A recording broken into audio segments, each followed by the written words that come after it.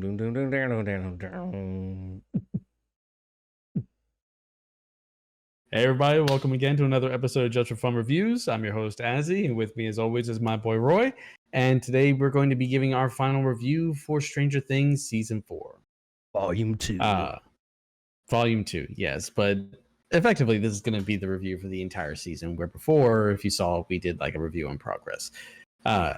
So these last two episodes were like, I believe the first one was an hour and 30 minutes long, and the second was like 2 hours and 30 minutes or something along those lines. Yeah. Correct me if I'm wrong. It was like, in total, I think all the last two episodes was about 2 hours and 45 minutes long.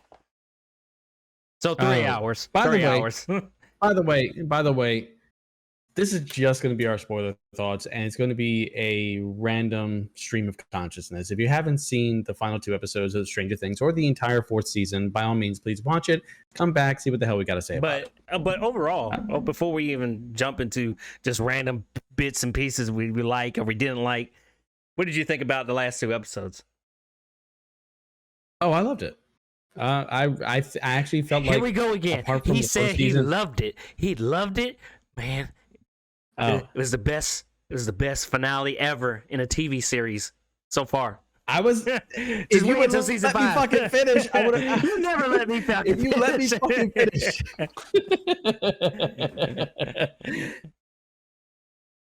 Apart from the first season setting this whole train in motion, I felt like this was the best finale that we've gotten ever in Stranger Things period.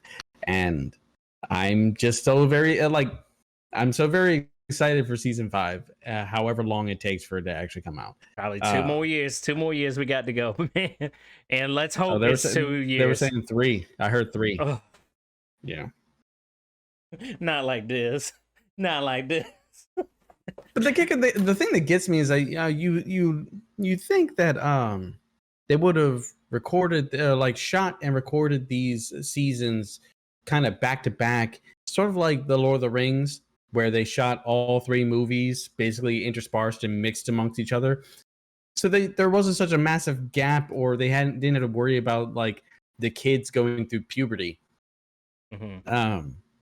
How long with the way this season ended, how long of a gap can they really have that's believable? Hey, look, yeah, that's what I was about to say, because I did hear somebody say there's going to be a big time gap between this and the next season, but the way how it ended, I don't think you can have a time gap too dramatically big. I could just see this going into next year, 1987. Let's go. We're here.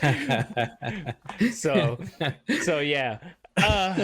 But yeah, I like the way everything tied up in the end. We still got questions that need answering. I have one theory, but it's like the most no way near gonna happen. But I was like, that's an interesting theory on why the Upside Down's still stuck in 1983. But I still believe that Vecna's still not in charge. He's not in charge. He thinks he's in charge, but something else is. Well, I was with you up until the reveal, but there was always that itch at the back of my head as far as like how they like to categorize the villains based on Dungeons and Dragons monsters. And if you were looking at the hierarchy of Dungeons and Dragons monsters, Vecna is a god, a Mind Flayer is just a monster. It makes sense that Vecna would be on top. But yeah, no, I do believe Vecna is the big bad. I loved the fucking music in this season. I already in the last video I talked about how much I fucking loved Running Up That Hill, but the I know Peppered Ways remix has been on my playlist since I saw that fucking episode. It was funny because when my brother was up there watching it, I was like, wait till you tell me you're on the second to last episode about 2 minutes before it ends. He was like, all right. He's like, I'm about to finish episode 8. I'm like, all right, shit about to go down. They riding in the van and like sleepless nights. I'm like, yeah, this, that was the most running up the hill moment into the next episode. And the whole Master of Puppets solo with Eddie. Yo, One of the things I love about that is that Metallica themselves absolutely love that whole thing. They actually did Metallica's yeah, I official saw. TikTok did I like saw. a stitch where they were effectively playing along with Eddie. Man, I fucking love Because that. I love I Metallica. remember because once again, 3 o'clock in the morning, I'm waking up to watch this because I had to go to work and I didn't have time to watch it. And I'm like, I gotta watch it before I go to work because I'm gonna get spoiled by it. Somebody's gonna tell me something. So when it came to that scene, he's like, The Chrissy, joys of not working with coworkers. it's like, Chrissy, this is for you. And it, dun, dun, dun, dun. I was clapping, and I was like, I'm clapping, and I'm like, holy shit, I'm clapping too loud. I might wake somebody up. For as much as everyone was like lampooning and complaining about the whole Russia trip, I actually enjoyed Okay. and how they were still able to effectively come together to hit this on 4 different fronts. And I had seen that people were kind of complaining that it felt kind of out of left field that they would come up with this idea that they could help the kids by going back to the prison and attacking the mind flare particles and whatnot. But it's not like they didn't know that knowledge. They knew it was a hive mind. They knew it, like especially Joyce, because Joyce had to work to get it out of her freaking son. So she knows exactly how this shit works. It's totally fucking believable. Not to mention, like, it's cute how they hit everything from 4 fronts, season 4. Yeah. Yeah. Well, I talking about the Russian, like storyline. Yeah, that finally hit a moment when Joyce and Hopper finally got back together and they were working together to get out of the prison and then eventually go back to help the kids. I felt like that was better. What I didn't like, which was pretty much your same thing you didn't like from the first volume, is the whole Mike, Will, and Jonathan storyline. I felt like that was really weak. Like they didn't have really much of anything to do this season. But hey, Elle, I love you. Fight. Hey, no, hold up. See, you see, Hold up. The kid, the guy who plays Will deserves a fucking award. He does. That boy kills his shit every fucking time, despite the fact that they don't give him not anything to do. Like I did feel like it was a bit weird, the entire conversation with Mike about how he's the heart of the team, because Mike is selfish as fuck, and he's the least likable of the crew at this point. The notion that he couldn't notice that his friend sitting right next to him is bawling his eyes out, and like, even if you try to muffle your mouth, there's no way that you can muffle your mouth so goddamn good that somebody doesn't notice that you're just crying. I can only imagine that Mike's like looking over at Will and it's like, oh, he's crying. He must be crying because he's worried about 11, not because he's just sacrificed his own feelings. I know you're talking about the one meme where it's like this was his friend giving a crap in season 1 about getting his friend back, and then this season he doesn't give a shit about him. But the one I'm talking about, hold on, let's see if I can find it. No. It's gonna be a while. Oh, yep, right here. That's what editing is for. I can't get the text, but it says the scene what Mike saw when he was crying. That's the back of his head. No, it was not a good haircut. It was not a good haircut. But at the very least, Will got to have that moment with Jonathan, which I was pretty happy about. I mean, I wasn't expecting there wasn't going to be like a happy ending for Will here, because it sounded like Mike's going to suddenly realize, hey, I'm bi, and we can have something here now. No, Will's feelings were always going to be unrequited. But it was good to see him at least find comfort with his brother. And you know what? He may have been like one running joke over an extended period of time, but new dude. Argyle. I knew it started with an A. Argyle was pretty good. I enjoyed Argyle's presence. He didn't take up the oxygen in the room. It's like, and yeah, you know what? Pizza pineapple on pizza is good. Pineapple on pizza. Did you finally have some? Yeah, I've had some. Okay. I was actually kind of disappointed. I had the ham though. Yeah, You gotta have the because ham though. You need the salty and the sweet. See, now here's the issue. You know, they advertised Surfer Boy pizza the whole season. I finally got some at Walmart. Pineapple jalapeno. Something new. I never had thought about doing together, but it's just pineapples and jalapeno. There's no bacon, no ham. I can't get into that, man. It was not good. So next time, I'll try the jalapeno on somebody else's pineapple and ham. But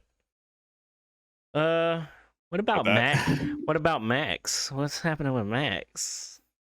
I'm gonna say this, yo. That shit did catch me by surprise. Cause like, oh yeah, that was shocking. Because when you saw I like, nah, they ain't gonna do it. It just I did not think they were gonna go that far. It was like they just broke her arm. She just broke her leg. Broke her other leg. There goes her other arm. And then I saw her eyes bleeding. I was like, oh, they're gonna commit to this. She's gonna die. But they didn't commit all the way because somehow 11 has powers to bring people back to life, or at least put it in a coma. I'm not stressing about it too much. Like, we've accepted the notion that he has a wide variety of psychic powers. Like, when in any other sci-fi medium has telekinesis ripped open holes in dimensions? Whatever. The question is what kind of state are we going to get Max in the next season? I've seen theories where they're saying that after what Dr. Brenner said about how number one takes everything from his victims, could it be possible that the thing that 11 brought back wasn't Max, but a part of Vecna? Could we see Max come back kind of like Will 2.0, where she's another spy, or that she's the avatar in this side of reality for the villain? Maybe. I just think she's like totally lost, brain dead. I mean, I can see her coming back, but I don't like, as cool it might sound as having, you know, 11 fighting her best friend, you know, sounds cool, but I'm not down for that. That's too predictable. But damn it, I had it on the tip of my tongue. Now I lost it. Damn. You over there fucking with your phone. Damn. Sorry. Everyone feels like calling me right now. Oh yeah, that's what it was. Nancy,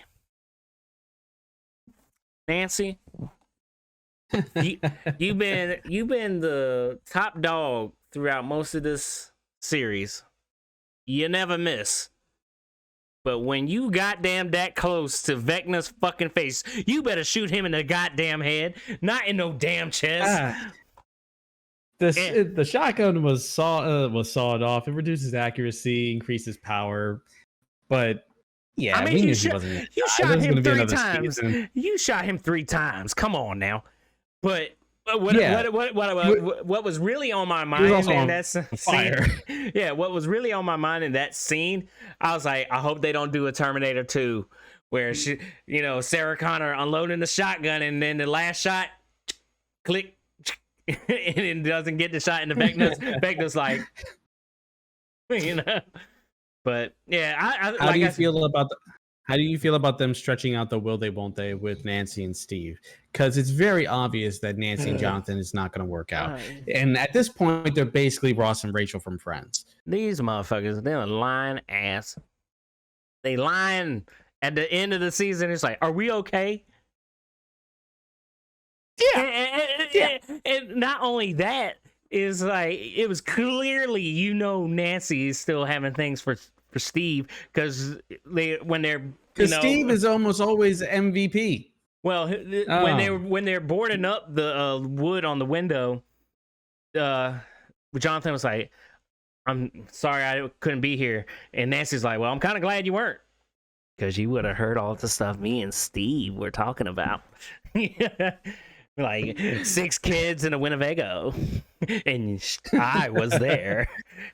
And at the very least, it looks like things might be on the up and up for Robin. And happy for that her. That's going to be like the queer positive story that has a happy ending, unlike Will. Will's not going to get that. Well, What I need from the next season, I need Will, and if Max comes back to be a character in and of herself and not just be like a victim on a bed, I need both of them to not be victims in the next season. I need them to have crucial moments where they're helping with the cause. Well, I'm hoping like the whole Robin girlfriend, I forget what her name is, but I hope that wasn't not going to be like a one and done thing and she doesn't show back up for the next season. I hope she does. Oh, Robin? Yeah, no, Robin's not Robin. I'm talking about the girl. The girl. I hope. Oh yeah, we need a victim.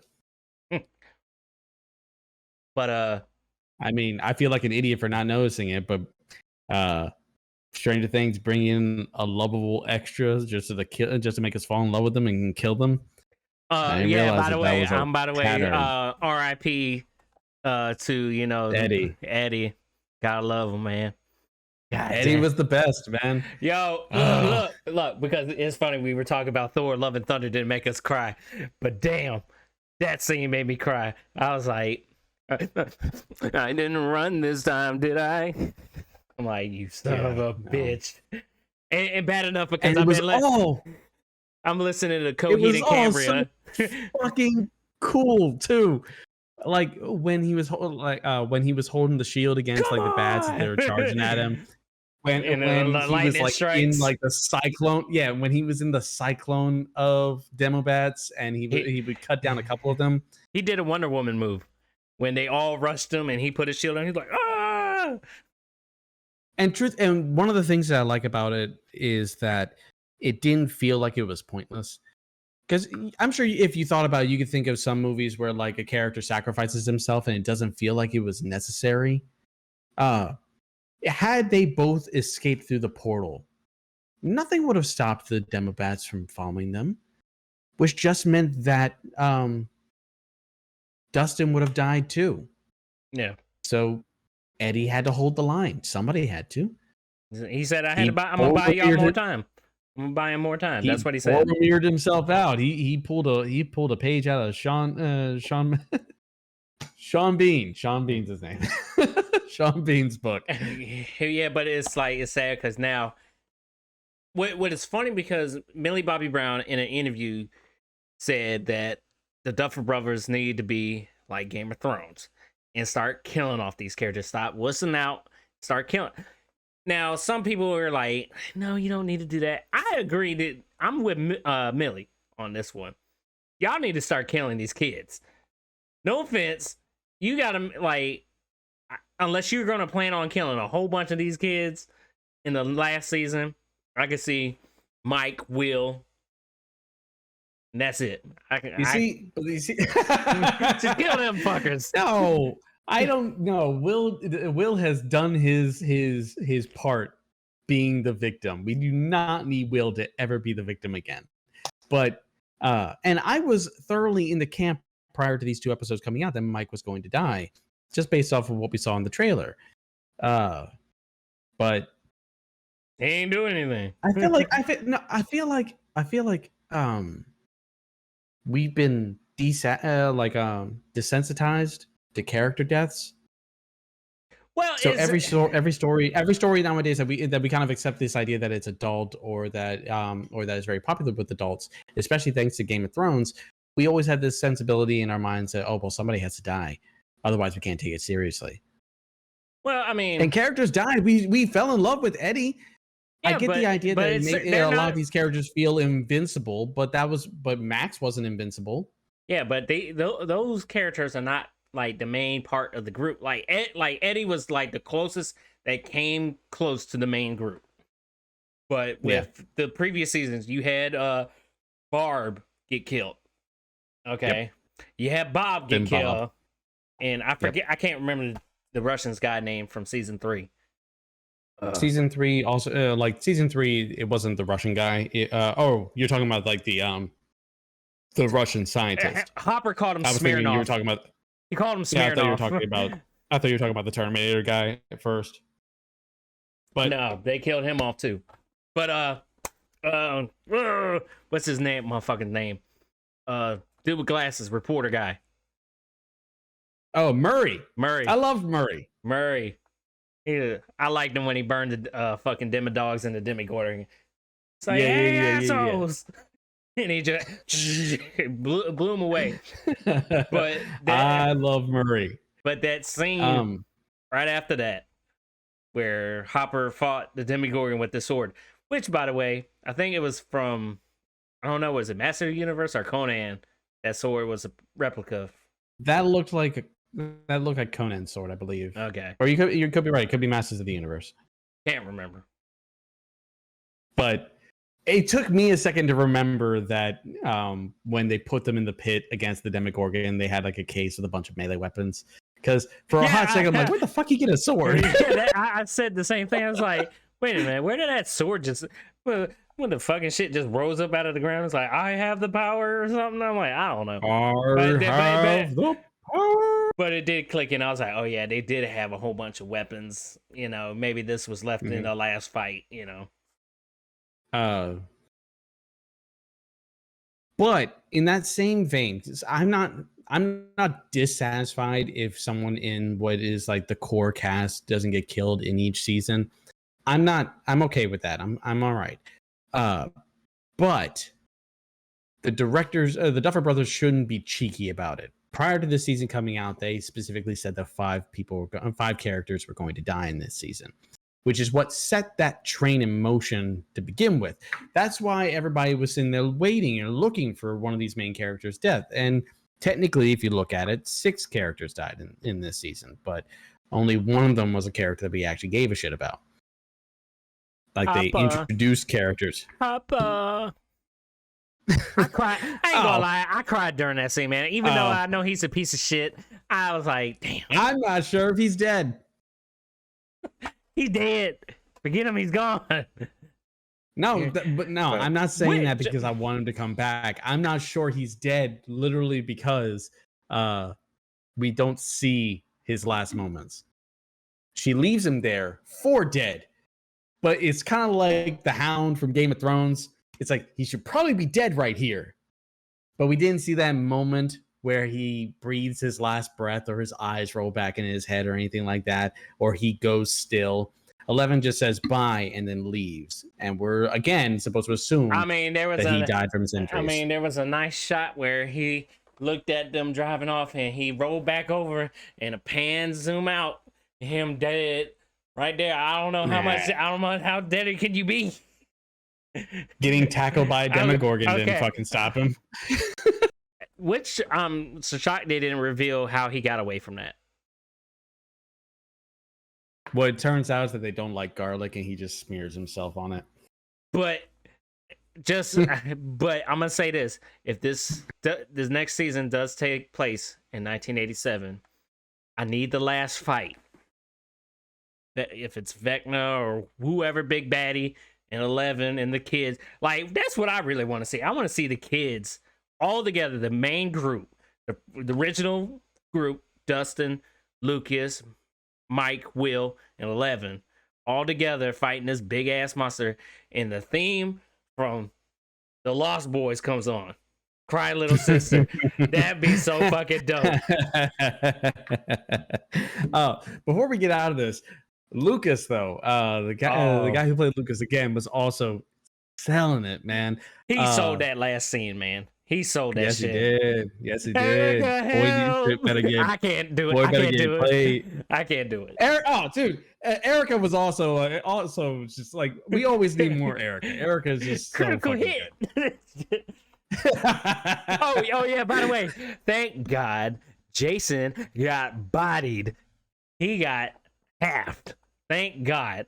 Fuck that guy. And I saw somebody else was talking about how the Duffer Brothers just do a really great job of not having to be obvious about it, because it's obvious that there were racial undertones with Jason and with Billy in the previous seasons, especially how they treated Lucas and whatnot.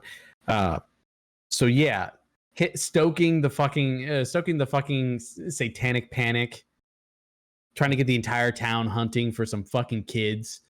Yeah. Oh, and by the way, I'm actually My shocked. nephew Cameron was upset because he wanted his entire body to get like melted away by the opening portal. I was like, no, buddy, no, it was done perfectly because he did not die instantly. He died suffering. Mm-hmm. Fuck that kid. Which, by the way, I wouldn't go to him if I was having problems either. I was shocked that the portal opened. Yeah, like that whole destructive scene with the Hawkins. I was like, this ain't really happening. This is one of them fucking bullshit Twilight moments where you think it's really happening and they back out. You know, nope, it really happened. The whole fucking town of Hawkins, which like I can see some of the like vine monsters, not the monsters per se, but the vines popping up out of the ground. Yeah, but it's like they're walking through town like it's nothing. And it's just an earthquake. I'm like, you know that shit is not natural. Yeah. And one last one before we get like guy who played Dustin. Dustin played double duty. We had his interaction with Eddie, and then his interaction with Eddie's uncle, and it was all great.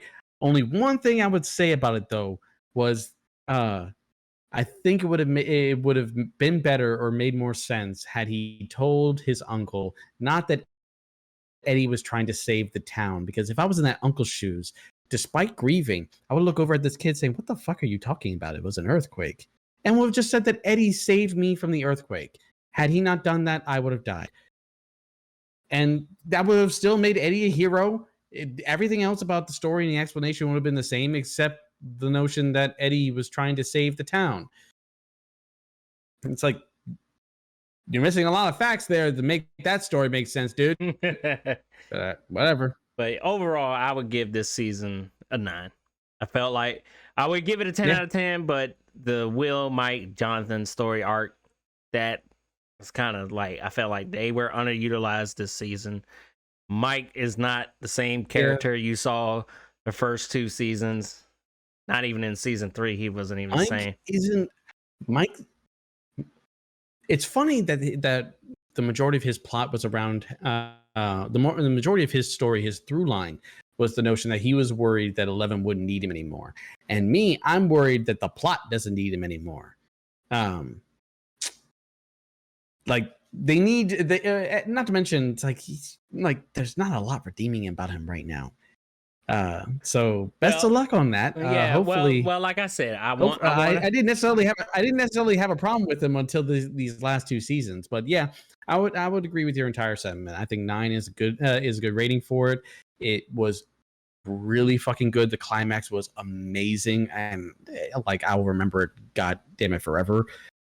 But you can't just turn a blind eye to the fact that like 1/4 of the story, even worse than people's complaints about the whole Russia plotline, was just like a road trip with a bunch of people who are so removed. They had like one moment where they were in real danger, and then they're just so removed from all of the shit that was going down. Yeah, you could have just shown us that like they went to Susie's, and then they were just in transit. We didn't need anything else from them until they arrived to pick up 11. Yeah, I'm kind of pissed off Susie didn't attend that trip. He was just like, I'm going to the van, and then you don't hear from her no more. But oh yeah, Susie should have fucking shown. Yeah. Nonetheless, I'm really happy about it. I want to watch it again, despite how long it is, and it is really fucking long. Watched it like 5 times. Even though let's remember that beginning is so rough and hard to watch. Not because it's bad, but because it just hurts to watch 11 get bullied for like 2 hours straight. But hey, yeah, Erica. Fuck that bitch. Nonetheless, what did you think about the end of season 2 or season 4? Sorry, Stranger Things.